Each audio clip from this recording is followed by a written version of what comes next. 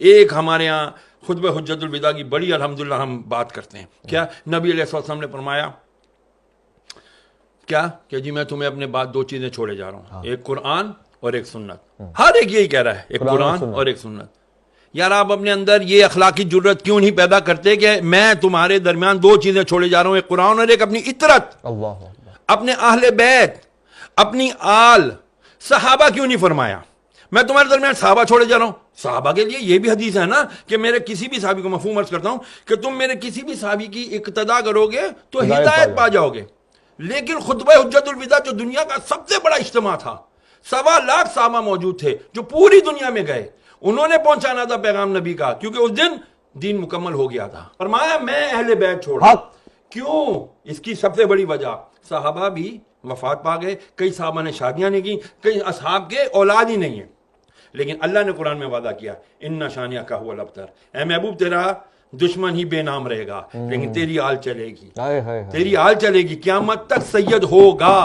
आएगा आखिरी सैयद जिसका नाम मेहदी होगा, मोहम्मद होगा, वही आकर के फिर दज्जाल को भी मारेगा। वही आके जब हज़रत ईसा अलैहिस्सलाम को भी कलमा पढ़ा करके वो कहेंगे कि अब मैं ला इलाहा इल्लल्लाह मुहम्मद रसूलुल्लाह का कलमा पढ़ता हूं। अब बात आ जाती है यहां पर कि हम क्यों नहीं सुनाते करबला का? छोड़ दिया करबला को, शियों का काम है ये, तो हमारा काम नहीं है। ये किसने कह दिया कि ये खाली करबला, अहले बैत, नबी की आल सिर्फ शियों का ठेका है? सॉरी टू से अगर मेरे अल्फाज सख्त हैं तो यार, नबी अलैहिस्सलाम ने फरमाया कुरान की नस साबित है।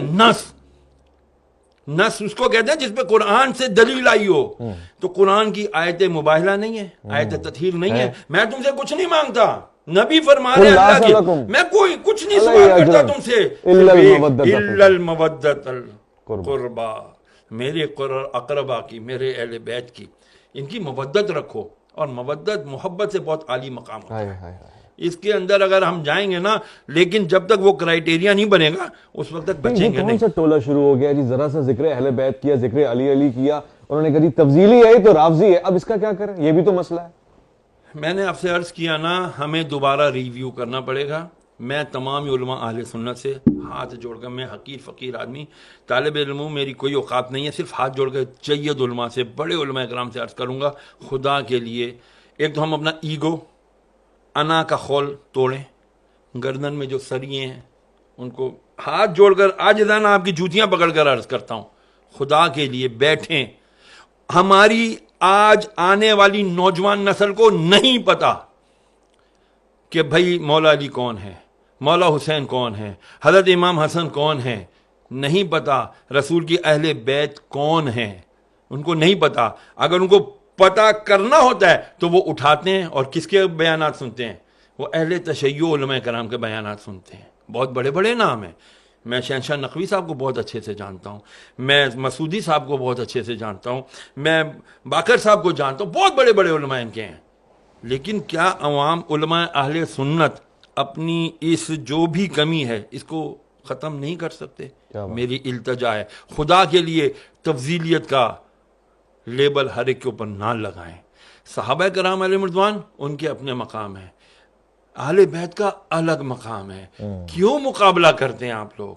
खुदा के लिए ना मुकाबला करें, ये मुकाबलेबाजी का काम है ही नहीं। अल्लाह अकबर। यार जब वैसे आप इस बात को कबूल करते हैं, सच्चा सवाल है, हमने हुजूर ने हमें अहले बैत को छोड़ा था ना, इन्नी तारिकु फिकुम सकलैन किताबुल्लाहि व इतरती, और हमने भी अहले बैत को छोड़ ही दिया। देखें, क्राइटेरिया दे दिया, एक उसूल दे दिया, कुरान को पकड़े रहोगे हिदायत पर रहोगे, कुरान के साथ दूसरी चीज क्या छोड़ी? अहले बैत पकड़ोगे तो हिदायत पर रहोगे। खाली अहले बैत पकड़ा, कुरान छोड़ दिया गुमराह, कुरान पकड़ा अहले बैत छोड़ दिया गुमराह, दोनों। क्योंकि अहले बैत कौन है यार? करबला अगर ना बर्पा होता, मैं बहुत बड़ी बात अर्ज करने लगा हूं, अगर करबला का वाकया ना होता तो खुदा की कसम हक और बातिल का पता ही नहीं चलना था। अल्लाह अकबर। फिर तो वही होता जिसकी लाठी उसकी भैंस। यजीद आ जाते हर दौर के और कहते जी हम अथॉरिटी है, हमारे पास ताकत है, हमारी बात मानो, हम जो करें वही हदीस है, हम जो करें वही शरीयत है। इमाम हुसैन ने क्या था यार, बड़े मजे से मदीने में रह रहे थे, बड़े आराम से जो है ना जिंदगी गुजार सकते थे, वजीफे मुकर्रर हो जाते, किसी जगह की गवर्नर ही मिल जाती। हाँ जी, गादी नशीब बन जाते लोग यहाँ पर। कितनी बड़ी गद्दी आपके पास है। हाँ आज अल्लाह अकबर। तो फिर जरा बताइए, जो आले रसूल होते उससे बड़ी गद्दी किसी की होनी थी? नहीं होनी थी ना। लेकिन नहीं है। कहते हैं ना, जिनको धोखे से कूफे बुलाया गया, जिन्हें बैठे बिठाए सताया गया, जिनकी गर्दन पे खंजर चलाया गया, उस हुसैन इब्ने हैदर पे लाखों सलाम। आज उस हुसैन ने अगर कुर्बानी ना दी होती 61 हिजरी में, खुदा की कसम इस्लाम का नाम लेवा कोई ना होना था। फिर यजीद और सिर्फ यजीद होता। मैं किसी चैनल पर गया था, मादरत के साथ एक अर्ज कर दूं, मेरा मीडिया कहते हैं आज़ाद है, कोई आज़ाद नहीं है। मुझे कहा गया यजीद का नाम नहीं लेना, दुश्मन ने अहले बैत कह देना या दुश्मन हुसैन कह देना। मैं क्यों नहीं नाम लूँ यजीद का? लानत जब तक मैं लानत यजीद लानतुल्लाह अलैह जब तक नहीं कहूंगा मेरी तसल्ली नहीं होगी।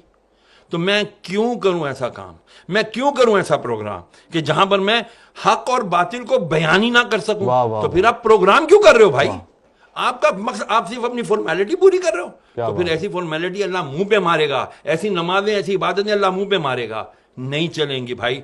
तो फिर मैं भी सोचूं कि मैं फिर ऐसे प्रोग्रामों में क्यों जाऊं कि जहां पर मैं हक और बातिल का नाम ही ना ले सकूं। और वो 1400 साल पुराने यजीद का नाम लेते हुए घबरा रहे हैं, तो मौजूदा यजीद के तो ये तलवे चाटेंगे।